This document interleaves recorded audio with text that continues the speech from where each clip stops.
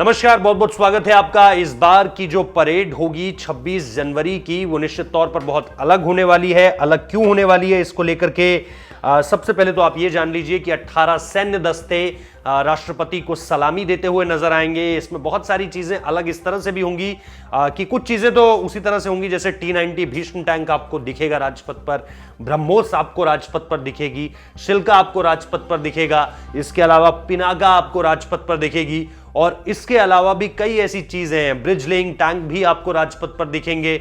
इसके अलावा भी बहुत सारी ऐसी चीजें जैसे जो राष्ट्रपति के घुड़सवार होते हैं वो निश्चित तौर पर आपको देखने को मिलेंगे। लेकिन इन सारी चीजों के अलावा सबसे अलग क्या होने वाला है?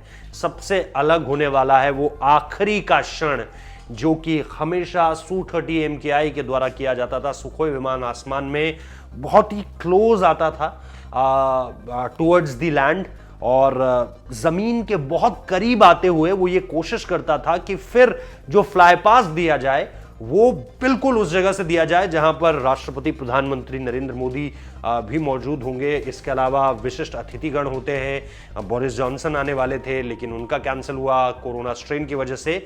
वहां से इस बार निकलेगा रफाल। जी हां, पहला रफाल का ये गणतंत्र है, और रफाल जब वहां से निकलेगा तो वर्टिकल चार्ली मनूवर के साथ निकलेगा। क्या होता है वर्टिकल चार्ली?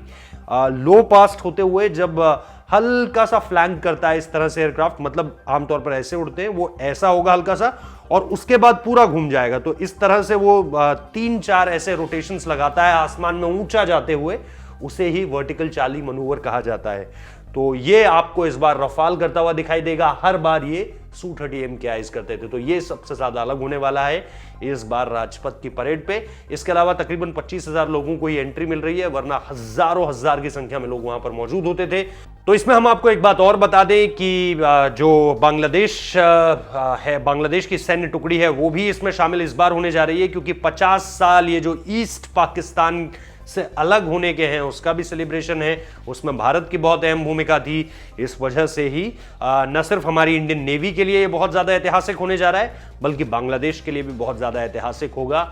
और फिर जो कलाबाजियां आपको देखने को मिलती थी, या ये कहूं कि जो पिरामिड्स आपको देखने को मिलते थे बाइक्स के थ्रू, जो लड़कियां खास तौर पर बनाती थी, जिसकी जो शुरुआत बीते कुछ सालों में बहुत ज्यादा चर्चा में रही है, और इसके बाद जो मनूवरिंग होती थी बाइक के थ्रू ही जो पिरामिड्स बनते थे, वो शायद इस बार आपको ना देखने को मिले। ऐसी भी खबर सामने निकल कर आ रही है। मतलब कई ऐसी चीजें जो एक हाइलाइट्स होती थी इस पूरे के पूरे गणतंत्र दिवस के परेड के दिन की, वो इस बार नहीं होंगी। हालांकि झांकियां उसी तरह से निकलती जाएंगी। इस बार BRO की झांकी यानी बॉर्डर रोड ऑर्गेनाइजेशन की झांकी भी इसका हिस्सा है, जो कि एक नई चीज है। बहुत बहुत शुक्रिया इस वीडियो को देखने के लिए।